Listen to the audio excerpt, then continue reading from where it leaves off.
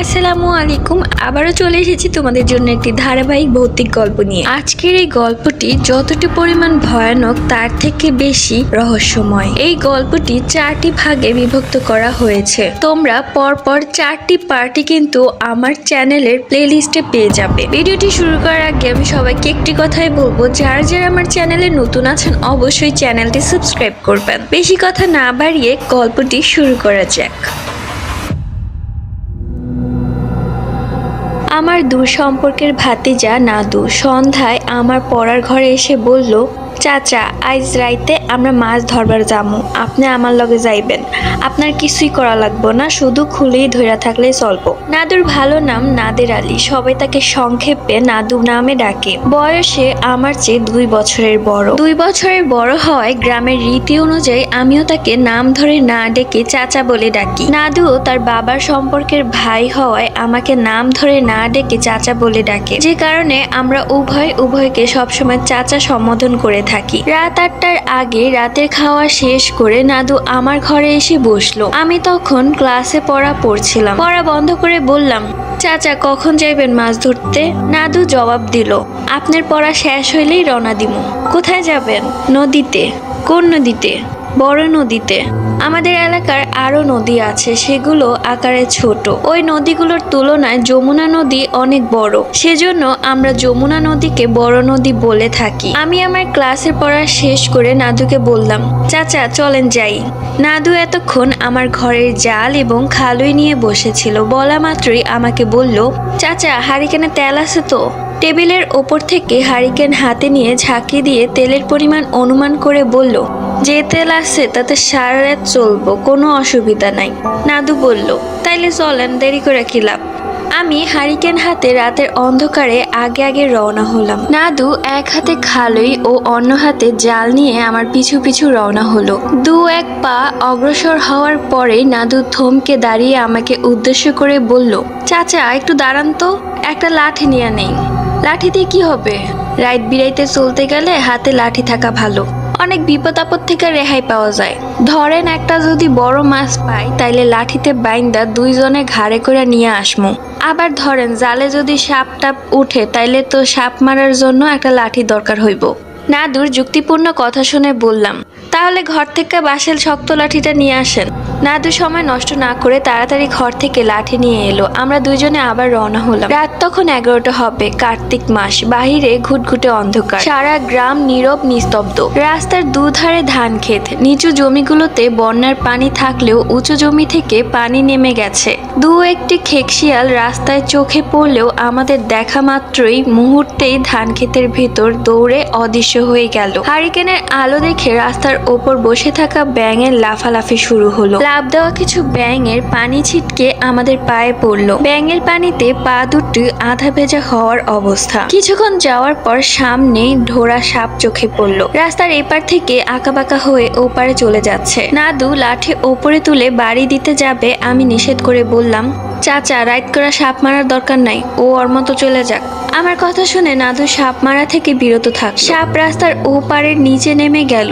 আমরা আবার হাঁটা শুরু করলাম। এমনি ভাবে কিছুক্ষণ হাঁটার পর পানি উন্নয়নের উঁচু বাঁধে এসে পড়লাম। বন্যা নিয়ন্ত্রণ বাঁধ হওয়ায় সমতল থেকে অনেক উঁচু। বাঁধ ডিঙ্গিয়ে বাঁধের পূর্ব পাশে নিচে নামতে হবে। পশ্চিম পাশের চেয়ে পূর্ব পাশের বাঁধের ঢালু একটু বেশি এবং নিচের দিকে খাড়া, তাই সন্তর্পণে নামতে হচ্ছে। একটু অসাবধান হলে নিচে গড়িয়ে পড়ার সম্ভাবনা। আমরা খাড়া ভাবে না নেমে আড়াআড়ি ভাবে বাঁধের নিচে নেমে এলাম। বাঁধের নিচে সরাসরি নালায় নেমে গেলাম। নালা পার হয়ে পূর্ব পাশে পার উঠেই আবার ধান ক্ষেতের মাছ দিয়ে চওড়া আইল পথে সোজা পূর্ব দিকে রওনা হলাম। প্রায় 1.5 মাইল হাঁটার পর আরেকটি ছোট 5-6 ফুট উঁচু রাস্তা। এই রাস্তা ধরে একটু উত্তর দিক দিয়ে গিয়ে রাস্তার পূর্ব পাশে নেমে এলাম। রাস্তার পূর্ব পাশেই বালুচর ঢোকার পথে হাতের বাম পাশে শ্মশান। একসময় এই শ্মশান নদীর তীরে ছিল। অত্র এলাকার সমস্ত হিন্দুদের মরদেহ এখানেই পোড়ানো হতো। নতুন বালুচর জেগে ওঠায় নদী অর্ধ মাইল পূর্ব দিকে সরে গিয়েছে। শ্মশানের নিকট পানি না থাকায় এখন কেউ এখানে মরদেহ পোড়ায় না। শ্মশানটি পরিত্যক্ত অবস্থায় নানা ধরনের আগাছা গজিয়ে ঝাড়ঝোপে পরিণত হয়েছে। একে তো শ্মশান, তারপর ঘন ঝোপঝাড়ে পূর্ণ। ভূতের ভয়ে এই জঙ্গলের ভেতরে রাতে তো দূরের কথা, দিনেও কোনো মানুষ ঢোকে না। সন্ধ্যার পরে একান্ত প্রয়োজন ছাড়া এই এলাকায় কেউ যাতায়াত করে না বললেই চলে। শ্মশান পার হয়ে বালুচরে ঢুকতেই কি যেন ফ্রুত করে কানের কাছ দিয়ে উড়ে গেল। হঠাৎ কানের কাছে ফ্রুত শব্দ করায় চমকে উঠলাম। নাদু বিষয়টি আঁচ করতে পেরে সাহস দিয়ে বলল, চাচা আপনি ডরাইছেন? এটা কিছু না, এটা রাইতচরা পাখি।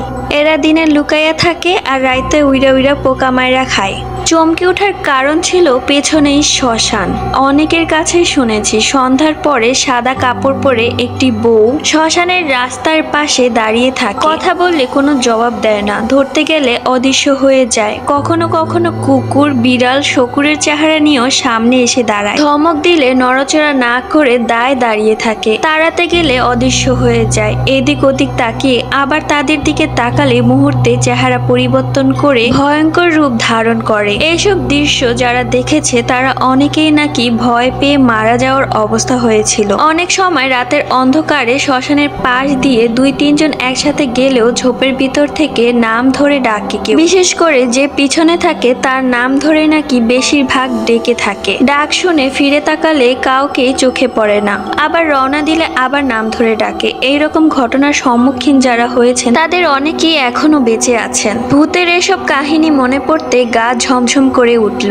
এখনো শ্মশান ঘাট ছেড়ে বেশি দূর যায়নি। মাঝে মাঝে দূর থেকে হুড়োহুড়ি দৌড়াদৌড়ির শব্দ। হুড়োহুড়ি দৌড়াদৌড়ি কারা করছে অন্ধকারে কিছুই বোঝা যাচ্ছে না। তবে শেয়ালের একক বা দলবদ্ধভাবে হুক্কা হুয়ার ডাক এবং পাখির হুট্টিটি শব্দ পরিচিত মনে হলেও মাঝে মাঝে হুস হুস শব্দ কানে আসায় গা শিউরে উঠল। জনমানবহীন বিরান বালুচরের রাতের অন্ধকারে বিচিত্র ধরনের শব্দ আগে কখনো শুনিনি। ভয়ে গা ঝমঝম করতে লাগলো। ভয় ভীতির মধ্য দিয়ে নদীর দিকে এগিয়ে যাচ্ছে। নদী কোন দিকে তাও বোঝা যাচ্ছে না। চলতে গিয়ে হঠাৎ অন্ধকারের ভিতর উঁচু লম্বা চ্যাপ্টা নানা ধরনের ছায়ার মতো চোখে পড়লো। ভয়ে আটকে উঠলাম। তাড়াতাড়ি নাদুর কাছে চলে এলাম। নাদুকে বললাম, চাচা কালা কালা এগুলা কি জিনিস?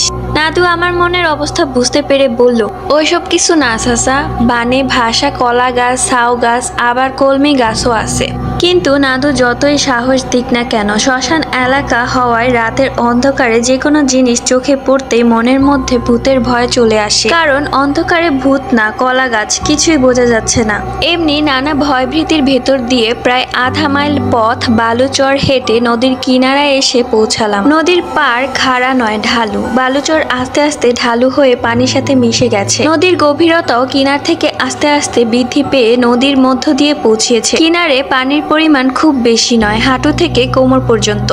নাদু ঘাট থেকে জাল নামিয়ে গুছিয়ে নিল। নদীর কিনারা থেকে আস্তে আস্তে শিকারী বিড়ালের মতো হাঁটু পানিতে নিচে নেমে বিসমিল্লাহ বলে জোরে ঝাঁকি দিয়ে জাল দূরে ছেড়ে দিল। নাদুর জাল ছুঁড়ে মারার কৌশলটা অনেকের চেয়ে আলাদা। অন্যরা জাল ছুড়লে যতটা না ছড়ায় তার চেয়ে নাদুর জাল একটু বেশি ছড়ায়। ছুঁড়ে মারতেই ঝপাট করে পানিতে জাল পড়ার শব্দে নাদু কয়েক সেকেন্ড অপেক্ষা করে আস্তে আস্তে জালের রশি টেনে টেনে হাতের ভিতর গুছিয়ে আনলো। জাল কিনারে আনতেই জালের ঘাইলে মাছের লাফালাফি দেখে নিজের কাছে খুব আনন্দ লাগলো। নাদু জাল নিয়ে পানি ছেড়ে ডাঙ্গায় উঠে এলো। আমি খুশিতে তাড়াতাড়ি হারিকেনের আলো বাড়িয়ে দিয়ে জালের কাছে নিয়ে চলে এলাম। ভিজা কিন্তু একটু শক্ত ধরনের বালিতে জাল রেখে জালের ওপরের অংশে 2 হাঁটুতে চেপে 2 হাত দিয়ে নাদুর জালের খাইল থেকে মাছ ছেড়ে দিল। আমি মাছগুলো ধরে ধরে খালুইর ভেতর রেখে দিলাম। প্রথম জাল ফেলতেই যে পরিমাণ মাছ উঠেছে তা দেখে নাদু খুব খুশি হয়ে বলল, চাচা এইভাবে যদি মাছ উঠে তাইলে আমগো খালুই ভরতে বেশি সময় লাগবো না।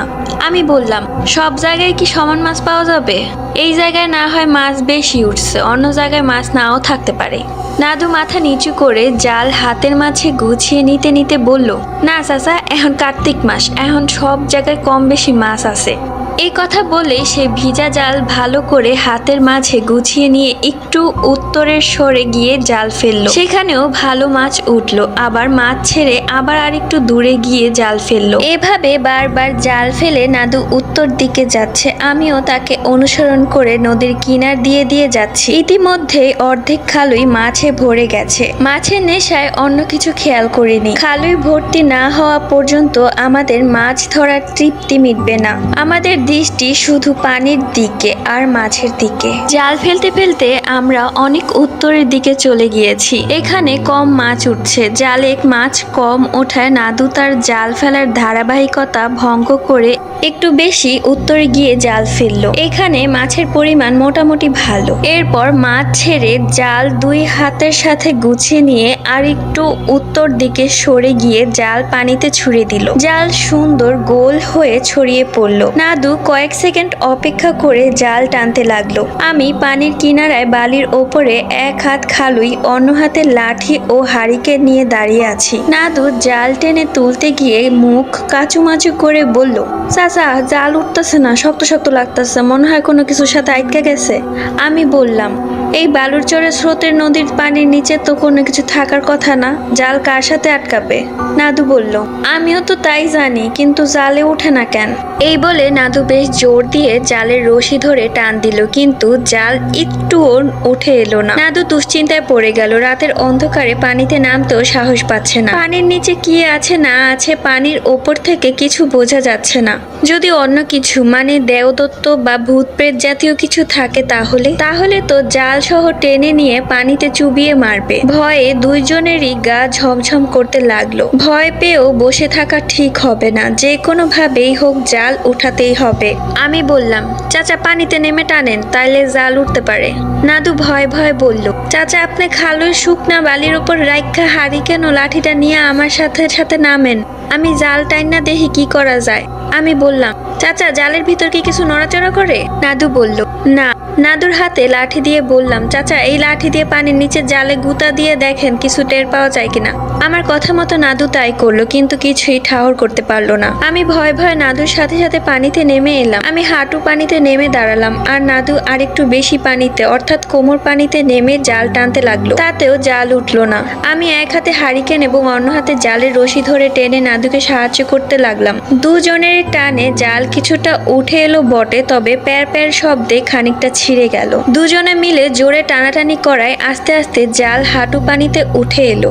জাল টেনে পানির কিনারায় আনতেই চমকে উঠলো। জালের ভেতর কি যেন একটা মোটা সোটা কালো হাত পা মাথা কাটা মানুষের দেহের মতো মনে হলো। ভয়ে গা শিউরে উঠলো, মাথার চুল সহ গায়ের লোম খাড়া হয়ে উঠলো। নাদু জাল ছেড়ে দিয়ে এক লাফে উঠে গেল। আমিও ও আল্লাহ গো বলে তার কাছে গিয়ে দাঁড়ালাম। ভয়ে আমার হাঁটু পর্যন্ত কাঁপছে, নাদুও কাঁপতেছে। জালের দিকে তাকিয়ে দেখি জালে প্রচুর মাছ লাফালাফি করছে। মাছ লাফালাফি করলেও এই মুহূর্তে আমাদের আর মাছের প্রতি কোনো আগ্রহ নেই। শুধু জাল হাতে পেলেই সোজা বাড়ির দিকে রওনা দিব।